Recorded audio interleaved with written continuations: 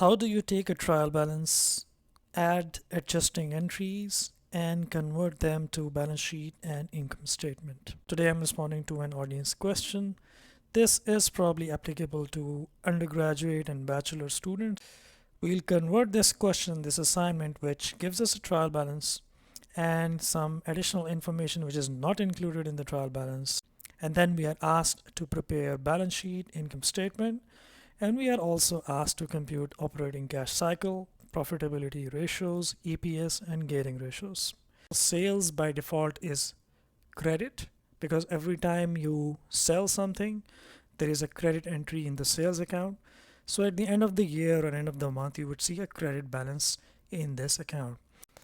Now remember that there may be debit entries in the account as well. For example, when you issue discounts or return of sales, you see a debit. But since we expect the debits to be less than credits, the default balance position would be credit.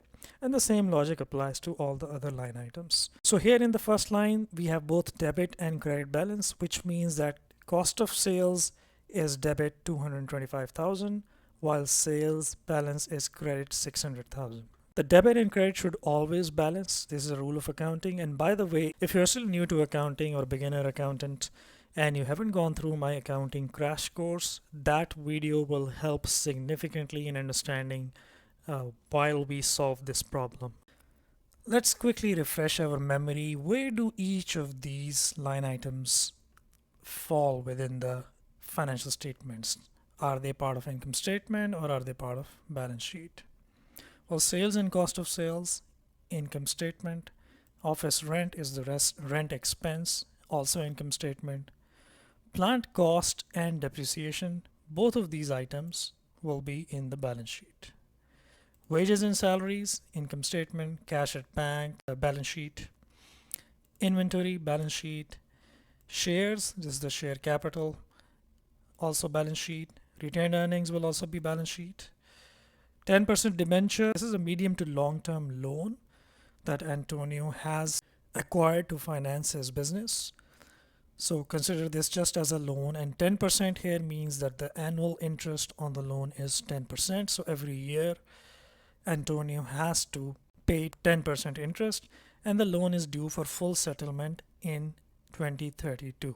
Finally, receivables slash payables. So we have $171,000 of receivables and $60,000 of payables. Accounting information that is not included above. Number one, wages of $15,000 were still owed at the year end.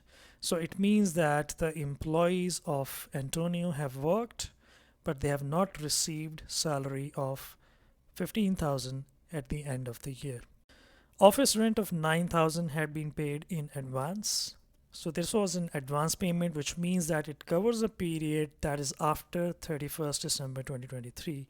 So it means this amount is paid for probably January 2024. They have not given too much details here, but assuming it's a monthly payment, so the $9,000 has already been paid for 2024 January at the end of the year. Now this has also to be accounted for. We have to account for this.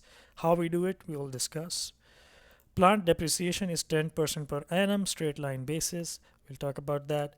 At year end, plant costing $60,000 was sold for $18,000. So the original cost of this item was $60,000.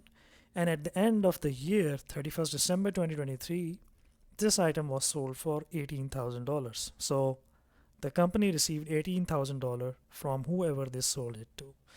There's another related point that this disposal gain amounted to $9,000. So although the original cost of the plant was $60,000, it was sold for $18,000, but there was still a profit of $9,000. So I will show you how this is calculated and what does it mean in terms of your adjusting journal entries.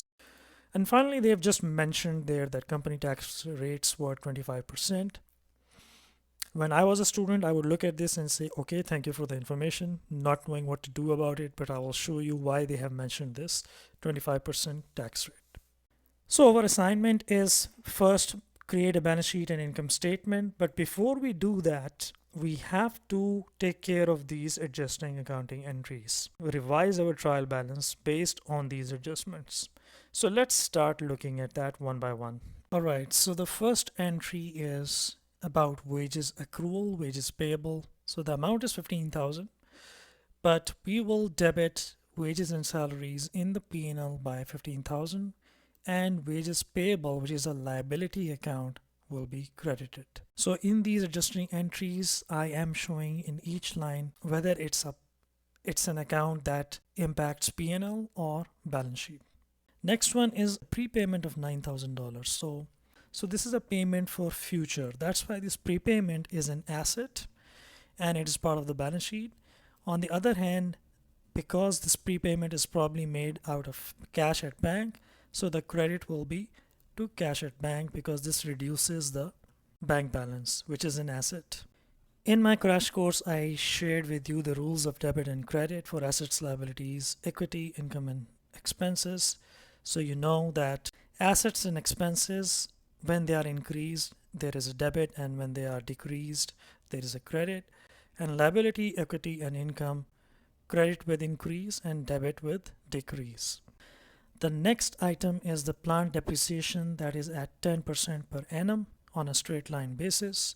So if we look at the trial balance, we know that the total plant cost is 600,000 and the accumulated depreciation so far is 360,000.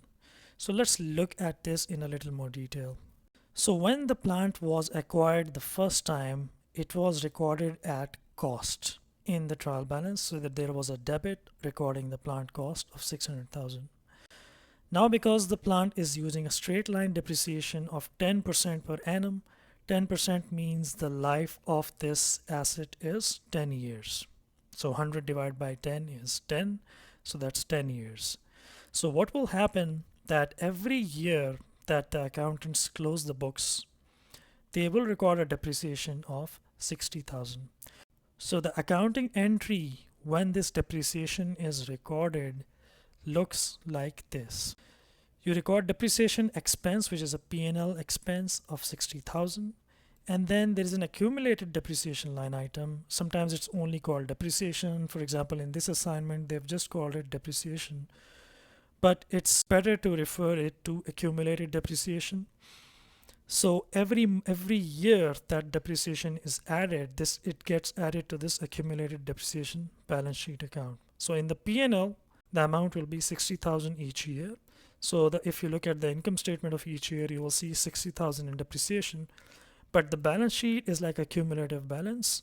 So every year, as you add more and more depreciation, the negative or contra asset to this plant cost, which is the accumulated depreciation, keeps growing till in the end, last year, the total amount of the accumulated depreciation becomes 600,000 as well.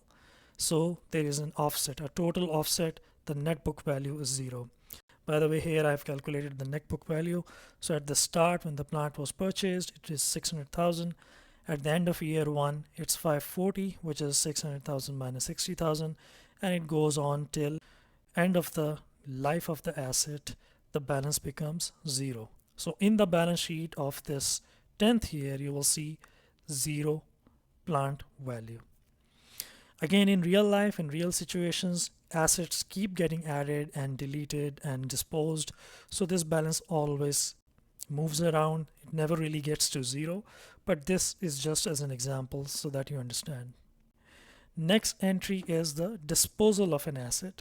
So the 600,000 that you see in the trial balance here, it probably is a sum of multiple plants. That's why when you look at this note and it says that at year end plant costing 60,000 was sold for 18,000, it means out of the 600,000 there's a plant worth 60,000 which is sold for $18,000.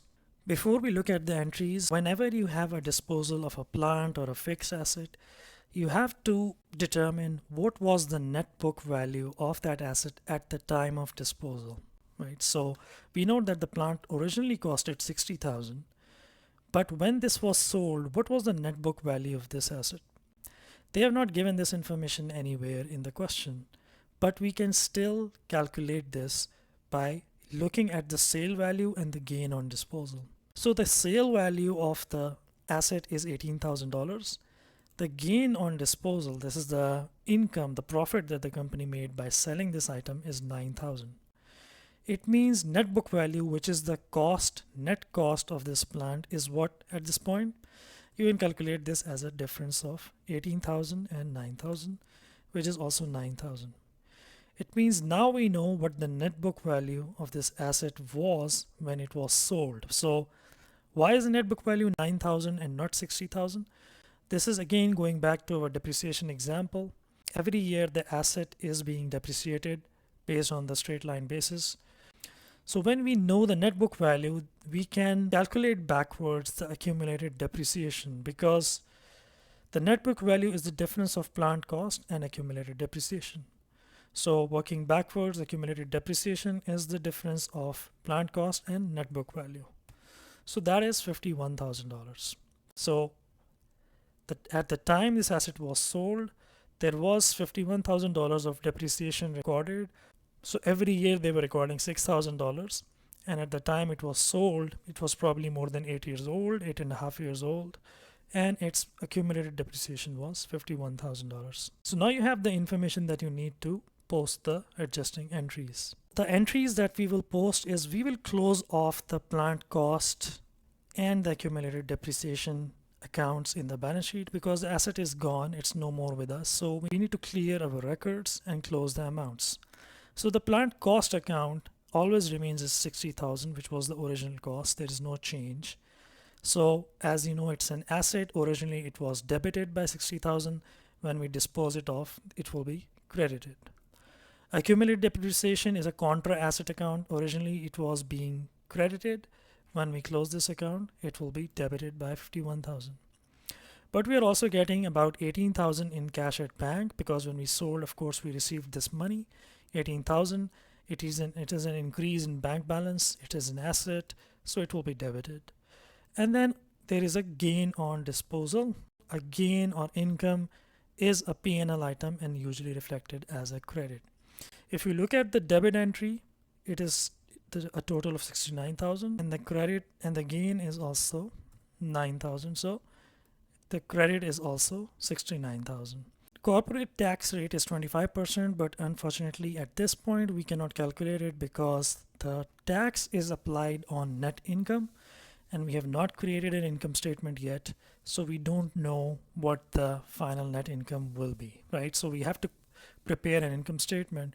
But before we do that, remember we discussed debenture.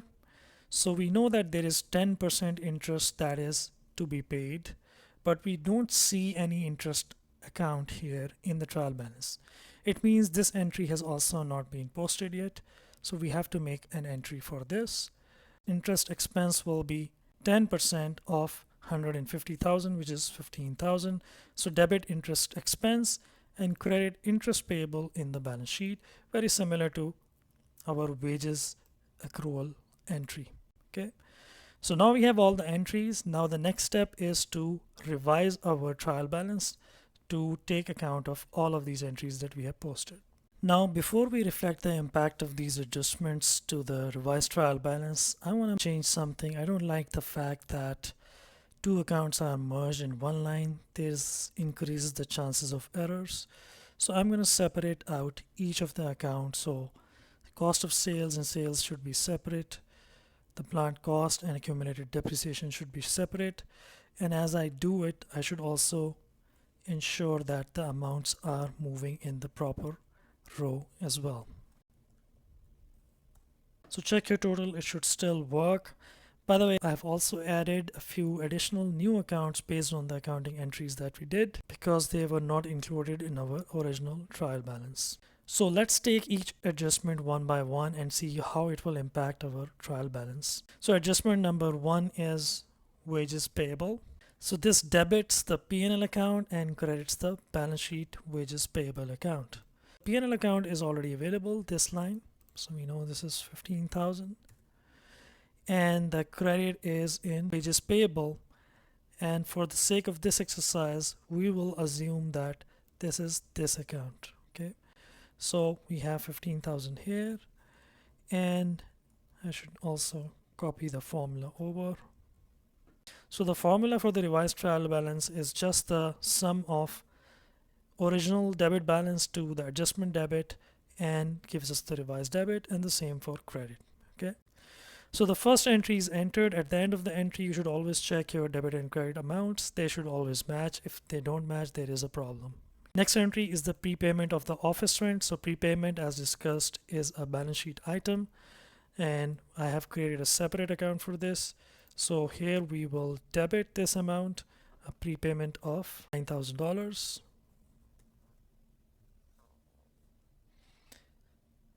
And the credit is the cash at bank account, also $9,000. So now what you're seeing is in the revised balance, you have a debit and a credit balance. So we make sure to net it out in the end. Next entry is depreciation for P&L and accumulated depreciation. So for the P&L, there is a new account line item. This is a debit, $60,000. And accumulated depreciation will be in this line, which was already given to us in the question, but this will be a credit of 60,000. So a point that comes to mind, and this is something you should check with your professor, is when the question says that plant disposal gain at 4 above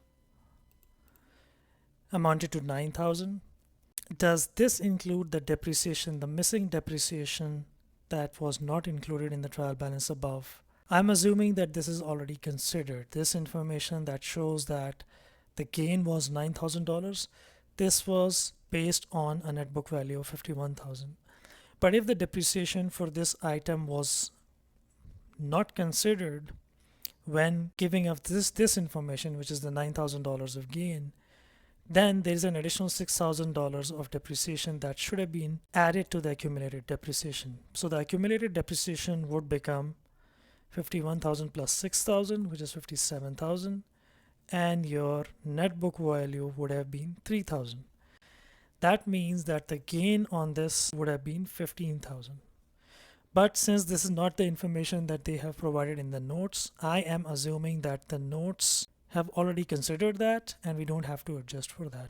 Okay, but it's an important point you should check.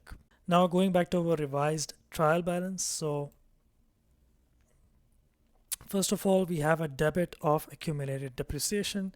As I mentioned, we already have this account available. So we'll put a debit here of 51,000. Next, we have a bank balance increase of 18,000, which is also a debit. So let's add 18,000 here. We have plant cost, which is decrease. We are writing off this balance completely. So it's a credit of 60,000 in the line of plant cost. And finally, we have a gain on disposal of $9,000. So I'm showing that as an other income line, disposal gain, and it will be a credit 9,000. Okay, our entry is complete. We check debit and credit matches, looks good. We move on. Tax we don't have yet, but the interest expense and payable we should also record. So we have a line for interest expense. This will be a debit of 15,000, and I've also created an interest payable of a line for interest payable because I want to keep interest payables separate from the regular payables. 15,000 here, and all of our entries except the tax entry is in now, and our total trial balance is still matching. Now the next step is we now have some accounts with both debit and credit balances. So we want to see the net balance. Okay, so let's call it net. Let's go through all the line items and first see which accounts usually have a debit balance default position. So cost of sales is one of those. Formula will be debit minus credit in this case. Sales is not one of those. Office rent is one. Plant cost, yes. Depreciation, this is accumulated depreciation, so this is credit by default. Wages and salaries, yes. Cash, inventory. Shares, retained earnings, debentures, no. Receivables, yes. Payables, no. Prepayment, yes, it's an asset. Other income, no. Interest expense, yes. Interest payable is a balance sheet liability, no. Depreciation expense, yes. Tax expense, yes. and tax payable, no. Okay. Now the other ones which are by default a credit balance. So in this case, the formula would be credit minus debit, because I don't want to show any negative numbers here because I'm going to make the profit and loss and balance sheet based on this column. Okay. So let's copy this formula, which is the credit formula. So the next one is accumulated depreciation. Then we have share capital, retained earnings, and debenture, payables, other income. All income is credit by default. Interest payable, all liabilities are credit by default, and tax payable. Okay. So here we have the net balances for each of these accounts available now. So let's start. What is the revenue? The revenue comes from the sales account, 600,000. Cost of sales, we also have a separate account for that. And our gross profit is 375. Operating expenses will be the sum of all the expenses related to the operations of the business. So this will include your office rent, wages and salaries, and depreciation expense. Now, of course, we need values here, so I'll just move these to pick up the amounts for these three items. So that's our operating expense. So we are now arrived at the operating income of 165,000, which is this $9,000 that we discussed is part of the other income. So you can see here in the income statement, the income is reflected under these two parentheses or brackets. So it means that a negative amount will be income, and if it's an expense, it will be shown as a positive amount. So let's take this as a negative value because we know this is a gain or income. It's negative 9,000, and interest expense is 15,000 based on this line. Okay. So we have income before taxes of 159,000, and we know the question mentioned the taxes are at 25%. So this income before taxes applied at 25% gives us our tax expense. Now going back to our solution, we can complete this entry. So tax expense will be equal to this amount. Okay, both debit and credit.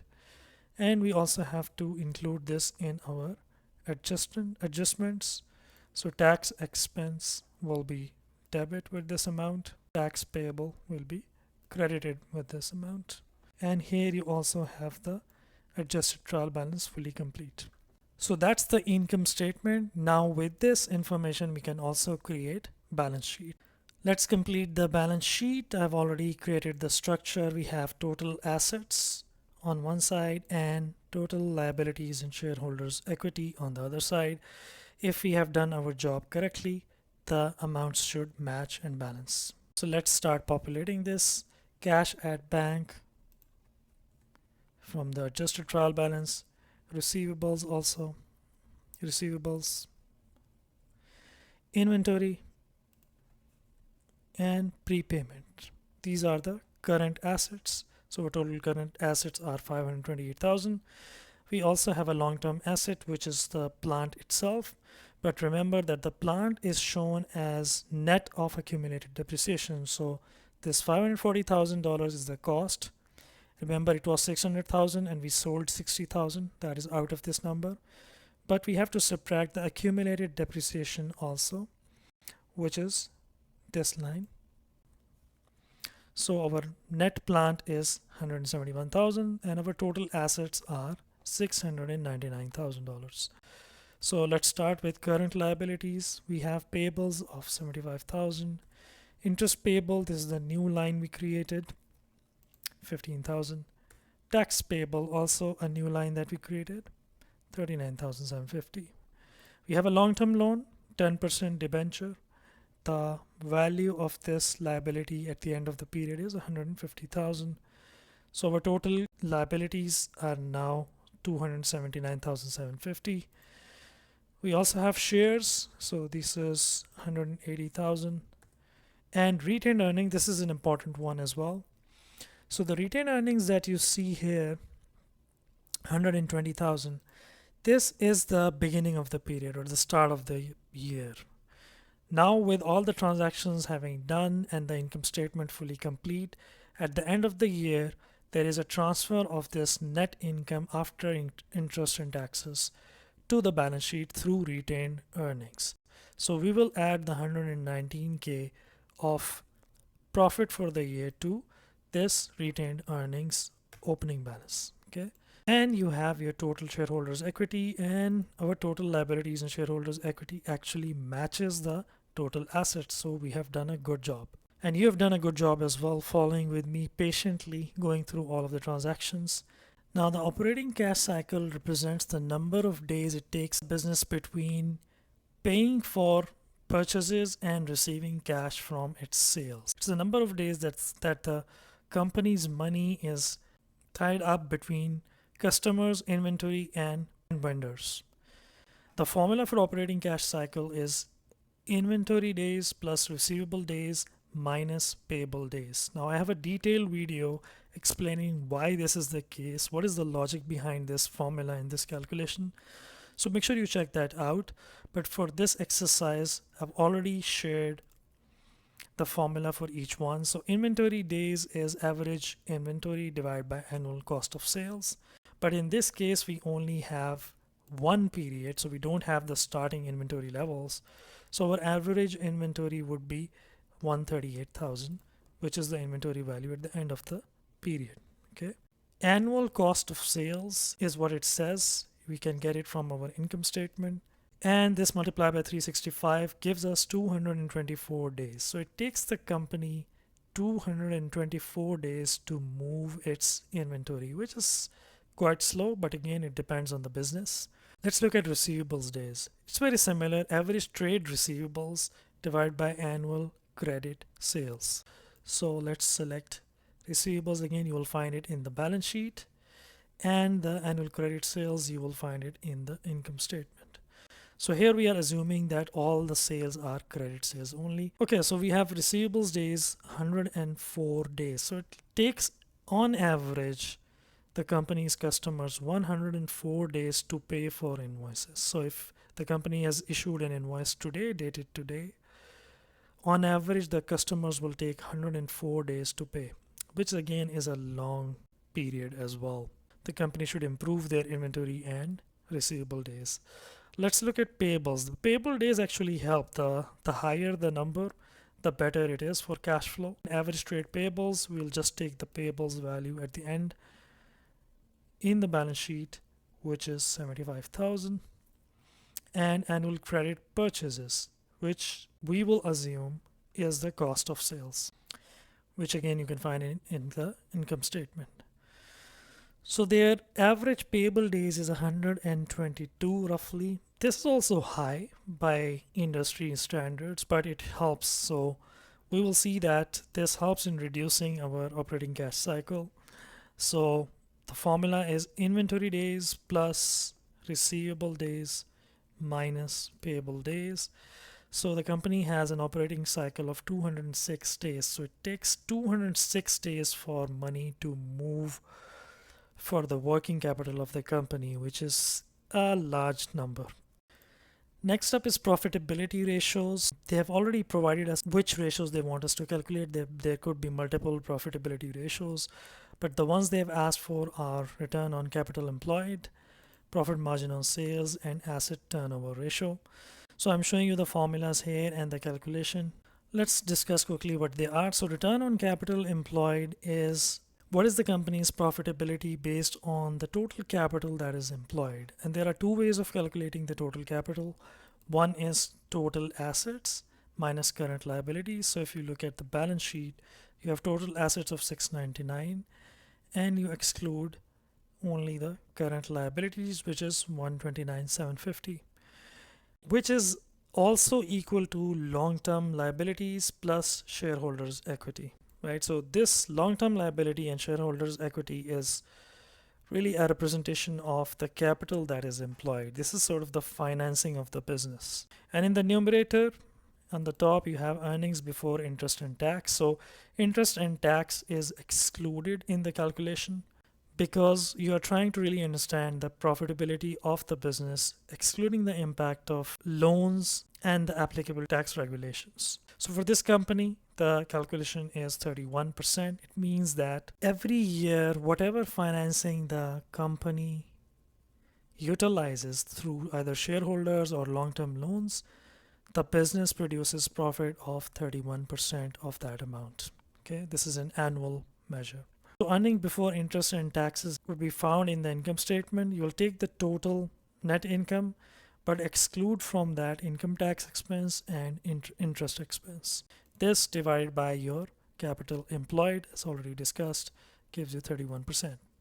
Next one is profit margin on sales. It's really your net profit, that's after interest and taxes, really this number 119 to 50 divided by net sales, which are 600,000. So the profitability of this business is 20%. So what it means is that for sales of $1, the business will generate net profit of 20 cents. So 20% of whatever the amount is sold. Next one is asset turnover ratio, which is your net sales divided by average total assets. So net sales we know is 600,000 and average total assets are 699,000. We see it in the balance sheet.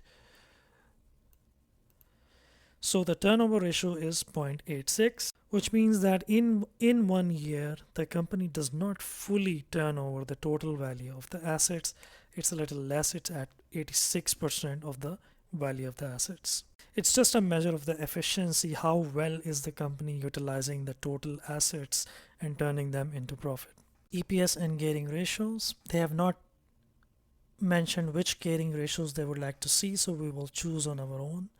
First, EPS is earnings per share. As the name suggests, it is for each share that the shareholders hold, what is the profit on one share. So it's calculated by dividing net income by the total outstanding shares. Now in the assignment, they didn't mention the number of shares, but they did tell us that each share has a nominal value of $1. So 180,000 at a nominal value of $1 means there is 180,000 outstanding shares. If the nominal value was $2 each, we would just divide 180,000 by 2. So 90,000 shares. But in this case, it's only $1, so we have 180,000 shares. So the calculation will be our net income, again after interest and taxes, final net income divided by the outstanding shares gives us 66 cents. So what it tells us is that for each share, the company generates net income of 66 cents every year. This helps us if you wanted to invest in this company, and if you know the share price, let's say the share price is $2. So you know that for the $2 that you are investing every year, the company at current rate is generating earnings of 66 cents. Based on that, you could also estimate if the company would issue any dividend, what would the amount look like or possibly look like. And then gearing ratios are ratios or measure of debt in the financing structure. So the first one is debt to equity. What does debt represent as a percentage of equity, which is 67%. Total debt is your total liabilities, this amount, and equity is the amount from this line, total shareholders equity. Similar to this ratio are equity and debt ratio. Equity from the financing side, equity finances 60% of the assets and debt finances 40% of the assets. So equity ratio is shareholders equity divided by total assets, and debt ratio is total debt divided by total assets. And finally, there's an interest coverage. This helps understand whether the company can pay off its interest liabilities. So this will be EBIT divided by interest expense. What EBIT is, this is the profit before interest and tax, and then interest expense we have in the income statement 15,000. So in this case, the company has a comfortable coverage of 11.6 times the value of the interest expense. So the profit that is generated by the company is 11.6 times of the interest expense that it has to pay every year. So what do you want to see when you're looking at these gearing ratios? You want the debt to equity ratio to be low. So you want lower debt in your financing. Similarly, you want equity ratio to be high, debt ratio to be low. and interest coverage to be higher. Hopefully you find this information valuable. As I mentioned, if you are still new to accounting, make sure you go through the accounting crash course. That will clarify a lot of the confusions that you may have. If you have any questions, reach out in the comment section. You can also reach me in person. Let me know if you found this video useful, and if you haven't subscribed already, make sure you subscribe to the channel as well. Thank you and good luck with your assignment.